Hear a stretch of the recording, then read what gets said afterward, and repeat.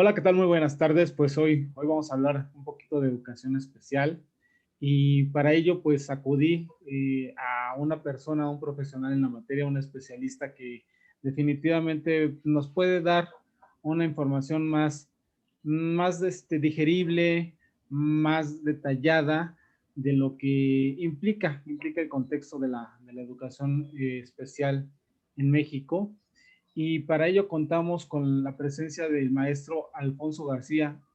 Muchas gracias por estar con nosotros, maestro. Hola, ¿qué tal? Buena tarde.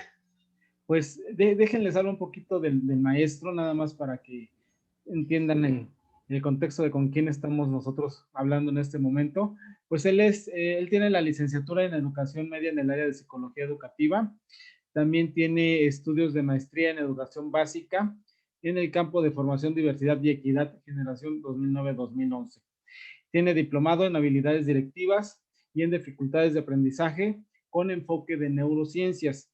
Y también, pues obviamente dentro de su formación ha contado con participación en diversos cursos que lo han llevado a la especialización que tiene y pues nada más tiene 18 años de experiencia. Entonces, con eso les puedo resumir con quién estamos hablando y pues obviamente vamos a tener información muy valiosa que compartir y vamos a empezar esta entrevista, maestro. Me gustaría poquito saber si nos puede decir qué fue lo que a usted lo motivó para dedicarse a la profesión que ejerce.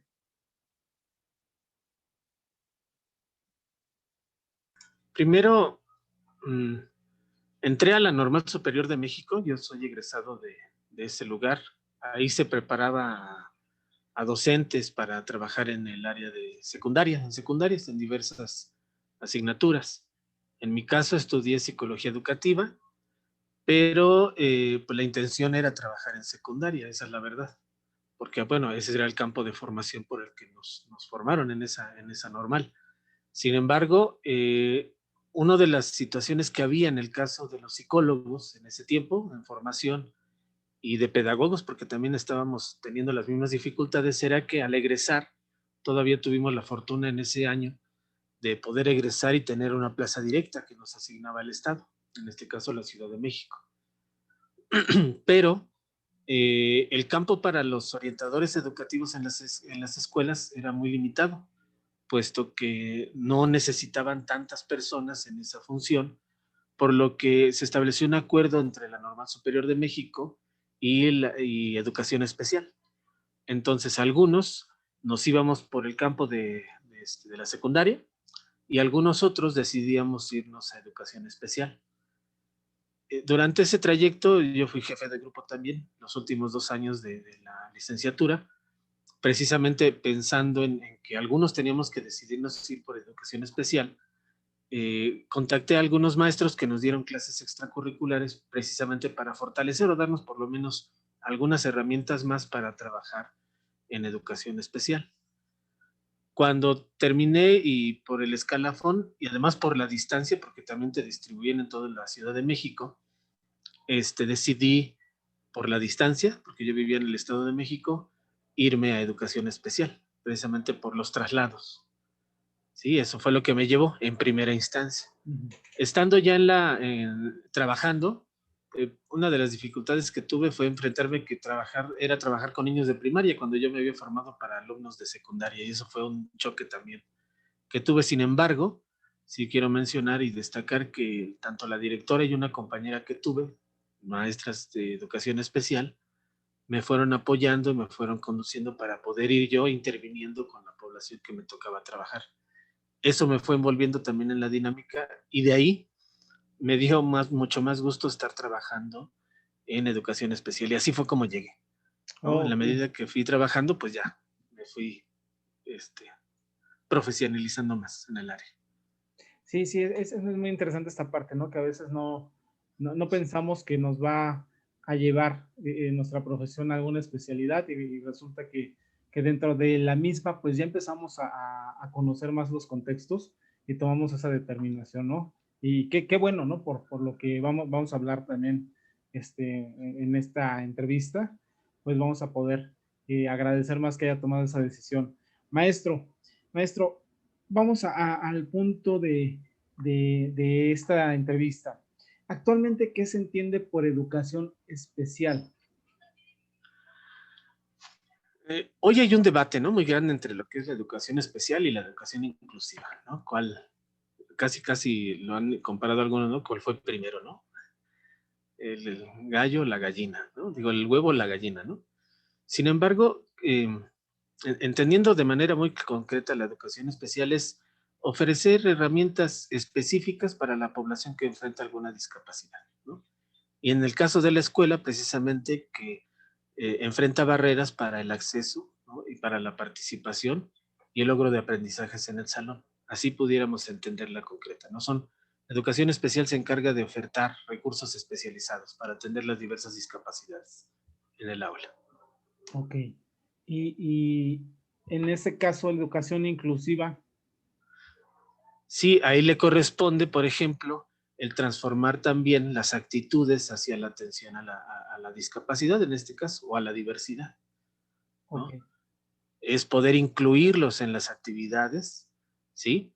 Y ese sería el campo de la educación inclusiva, ¿no? Poder incluirlos y que participen en la escuela. ¿Cuándo entra el campo de la educación especial? Ah, bueno, cuando le oferta recursos especializados para que esa inclusión pues le permita participar también a partir de sus características y a partir de los recursos que ofrece la educación especial para que el niño participe en igualdad de oportunidades dentro del salón. Ok, perfecto. Y esto sí genera algo de confusión, ¿verdad, maestro? Dentro de los mismos profesores y de la comunidad, los padres de familia, los mismos alumnos, ¿verdad? ¿Podría detallarnos un poquito más para poder romper con esta confusión? Me parece que una de las grandes situaciones que favorecieron esas dificultades fue el haber o al haber hecho que la educación especial, en el caso de Ciudad de México sobre todo, porque también tiene características muy específicas con relación a las otras entidades del país, es que se trató de que la educación especial, precisamente hablando de inclusión, pudiera diversificar la atención a la población. En este caso, se incorporan otros grupos para que atienda la educación especial, ¿no? Y precisamente para poder incluirlos a la escuela, como son los niños en situación de enfermedad, los niños, bueno, los niños con aptitudes sobresalientes y talentos específicos ya los teníamos, ¿no? Como parte también de esa atención. Pero también, bueno, los podemos contar a ellos, la población migrante, la población indígena y la población en situación de calle. Entonces, esa intencionalidad de poder abarcar que la educación especial atendiera a más grupos, pues ha dificultado también esa tarea, porque entonces, si bien es cierto que todos tratamos de incluir, esta situación que me parece que también nos ha generado también una gran dificultad, es la atención desde por eso esta situación de defender el derecho a la educación y interés supremo de la niñez. ¿Y por qué lo digo?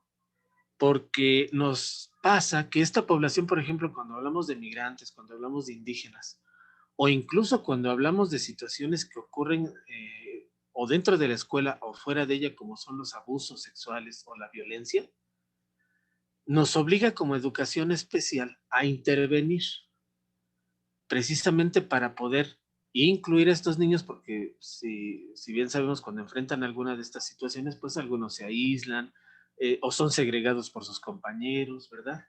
Entonces ahí el papel de nosotros es incluirlos y que estén participando en la escuela.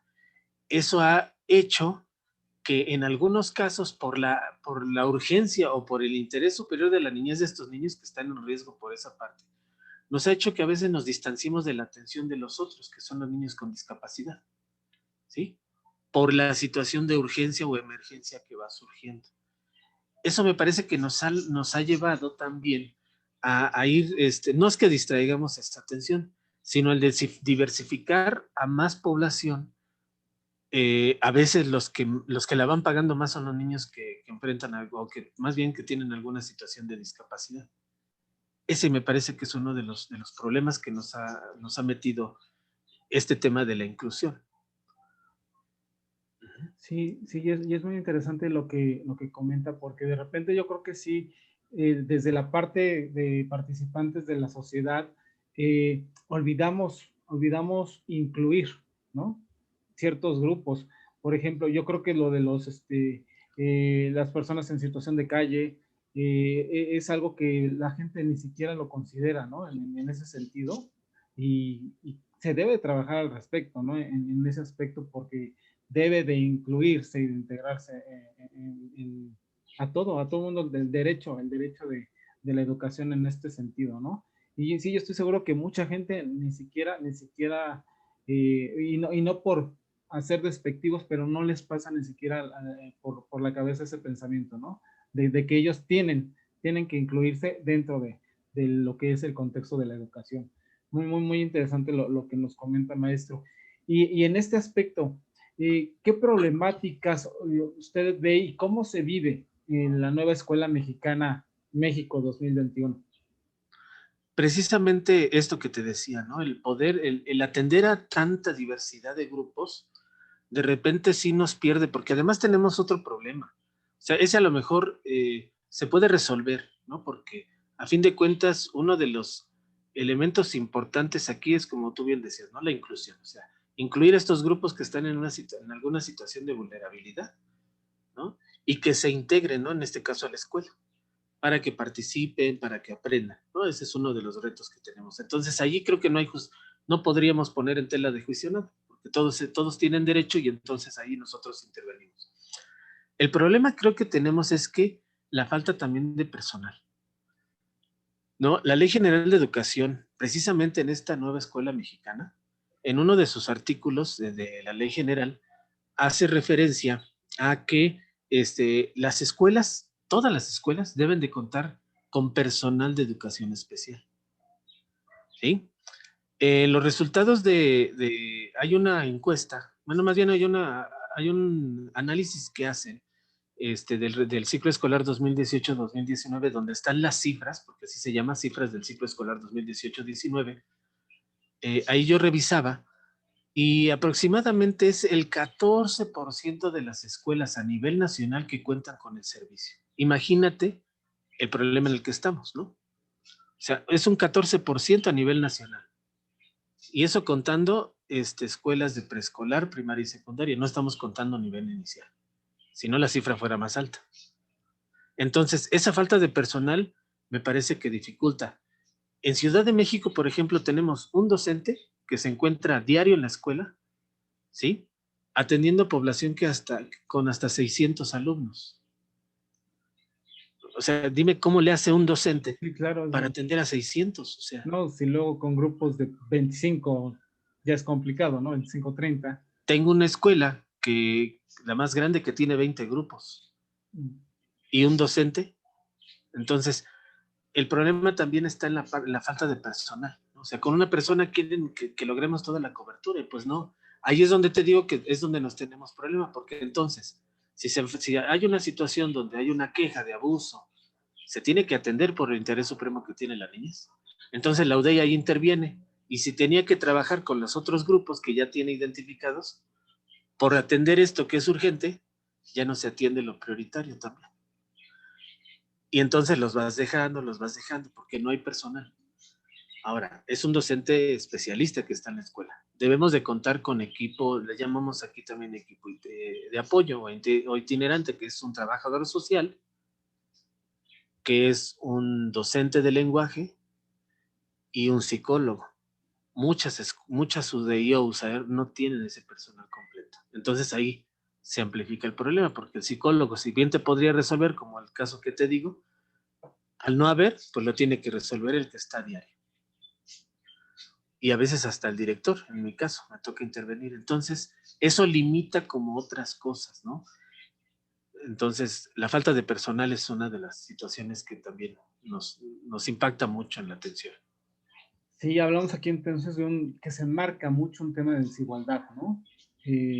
Mucho se ha hablado ahorita, por ejemplo, en lo que hemos vivido en este año de la pandemia, pues esa disparidad que hay incluso para los niños, ¿no? En que tomen, alumnos en general, tomar clases a distancia, pues pues hay, hay una diferencia enorme entre regiones, sectores, localidades, grupos de personas en las que no es parejo el recurso en este sentido, ¿no? Y por lo que me comenta usted, maestro Alfonso, pues vemos lo mismo en este sentido, ¿no? Hay mucha desigualdad, mucha disparidad en cuanto al contexto en general, ¿no? Y pues creo que sí es un poco complicado, ¿no? O bastante poder igualar en este sentido y también podríamos decir de incluir, ¿no? Es algo que mucha parte de la sociedad a lo mejor desconoce y no está consciente, no es que sea algo malo, sino simplemente no vive dentro de su contexto, dentro de lo que le toca y desconoce lo que hay en otras partes, ¿no? Y no se puede priorizar o ponderar lo que a para unos es más importante que a otros, ¿no? En este sentido. Sí, sí, es algo muy interesante lo que nos comenta. Y maestro, en esta parte, usted, yo lo contacté a través de redes sociales, ¿no? Fue donde tuve el gusto de investigando, llegar hasta con usted. Y pues me gustaría mucho que compartiera esta labor que usted trabaja en redes sociales y nos hablara de ello. Y pues adelante, si requiere algún apoyo o algo también puede comunicarlo. Sí, cuando empezó esto bueno, empezó la pandemia, bueno, yo sí tenía contacto con las redes sociales, pero pues era nada más para consultar, veía qué estaba sucediendo. Y ese mismo ocio que tuvimos las primeras semanas de la verdad de ese tiempo, pues me llevaron a estar como buscando páginas, ¿no? Y encontré en la que estoy participando, que se llama Educación Especial Hoy, y ahí empecé a interactuar porque esta página, este, pues nos compartía mucha, o nos comparte mucha información de noticias, también hay mucha crítica, ¿no? Hacia precisamente estas políticas y cómo se está implementando la inclusión. Me empezó a llamar la atención, empecé a escribir ahí, empecé a relacionarme con las personas que estaban a cargo de la página. Y era, como me hice tan participativo allí, me invitaron a participar en la página. Primero en dos páginas que tienen asociadas a esa página principal. Una es precisamente para poder compartir información, porque la página en la que estamos no tiene esa posibilidad de que suban las demás personas cosas, sino es una página, ¿no? Y la otra sí es un grupo. Entonces me invitaron a participar en el grupo y ahí yo tenía ya una idea de poder empezar a compartir. A lo mejor lo que hice primero fue compartir pequeños videos para trabajar la lectoescritura de 5 o 10 minutos y empezaron a funcionar. Y ahí mismo me dijeron, ¿sabes qué? Pásalos a la página principal porque esa llega a mucho más personas. Empezando a grabar los videos, también les propuse empezar a platicar con docentes de educación especial que empezaran a compartir sus experiencias, ¿no? Que fueran de éxito y que nos compartieran qué han hecho, cómo abordan de determinadas situaciones. Pero además, como yo empecé a trabajar lo que era lectoescritura, primero invité a gente que nos ayudara a cómo poder fortalecer los procesos cognitivos en diferentes discapacidades y empecé a invitar así. Eso nos dio mucho resultado porque la gente empezó a mirarnos, ¿no? Sobre todo porque era gratuito, es gratuito, es y sigue siendo gratuito todo esto. Son colegas que comparten sus experiencias y lo hacen a través de la página. Y eso nos fue abriendo como el abanico, ¿no? Empezar a hablar de diferentes temas de educación especial. Y hoy es lo que hemos venido trabajando. Y a mí, en mi caso, pues me toca organizar y me toca, pues soy el que presenta, ¿no? Estoy llevando a cabo ese espacio. Son los martes y jueves. Y así es como estamos allí. No, pues es algo realmente, obviamente he seguido el contenido, he visto algunos de los videos de las publicaciones y la verdad se los recomiendo mucho, sobre todo si tú eres parte de la comunidad docente, si tú eres de incluso la comunidad estudiantil, también puedes entender esto, más si estás estudiando alguna profesión como ciencias de la educación, pues creo que, creo que aplica muy bien para que tú lo consideres o si eres normalista también, ¿no? Y pues vemos aquí a lo que nos acaba de decir el maestro. Estamos hablando de relaciones de valor, de experiencias, ¿no? Y cómo todo esto en su conjunto puede lograr un resultado pues muy efectivo, ¿no? En lo que se está trabajando, en el trabajo de equipo, en integrar a las personas y sobre todo que existe esta comunidad, esta interacción donde puedan participar, ¿no? Porque al final de cuentas, si nos vamos a un contexto de política educativa, pues parte importante de los actores de esa política, pues es el grupo de los docentes, de los maestros, ¿no? Y ahí es donde yo considero que se debe de tomar más, más, con más fuerza sus propuestas, todo lo que ellos puedan aportar, porque al final de cuentas, quienes lo viven al día con día son los docentes, ¿no? Y ellos son los que pueden enriquecer completamente con todas esas experiencias que tienen, lo que viene siendo la propuesta de una política educativa en el país. Pues maestro, Alfonso, muchísimas gracias. No sé si quiera aportar algo más o informar en dónde pueden seguirlo en redes sociales, de las direcciones. De todos modos, yo al publicar esto voy a poner el link donde lo pueden ustedes llegar a estas redes sociales. Pero si gusta aportar algo, cerrar con algo, maestro, adelante. Sí, y de hecho, fíjate que al principio no imaginamos el impacto que íbamos a tener, porque tenemos la fortuna que llegamos a Perú, a Colombia, Argentina, Salvador, por no quiero dejar, Bolivia, ¿no? Son varios países de Centroamérica que precisamente comparten situaciones similares a las que vivimos, ¿no? Y estamos en políticas precisamente públicas y política de inclusión en una situación similar. Y eso me parece que ha sido lo más relevante también de esto, ¿no? Hemos transitado otros lugares y nos siguen, a veces también invitamos a gente de otros países también a que compartan, ¿no? También para conocer cómo lo están viviendo y cómo realizan esto. Y se ha convertido también estos documentos, porque además tenemos un canal de YouTube, aprovechando para poder comentarlo, se llama el canal de YouTube, así lo pueden buscar, Educación Especial Hoy, y ahí precisamente las charlas las ubicamos allí, y eso se ha convertido también, como bien lo dices, en una fuente también, pues de información, precisamente para investigadores, para estudiantes, o también para maestros, ¿no? Para poder obtener ahí alguna estrategia o alguna herramienta. Entonces, eso ha sido el fruto también de ese trabajo. Entonces, los invitamos a la página Educación Especial Hoy.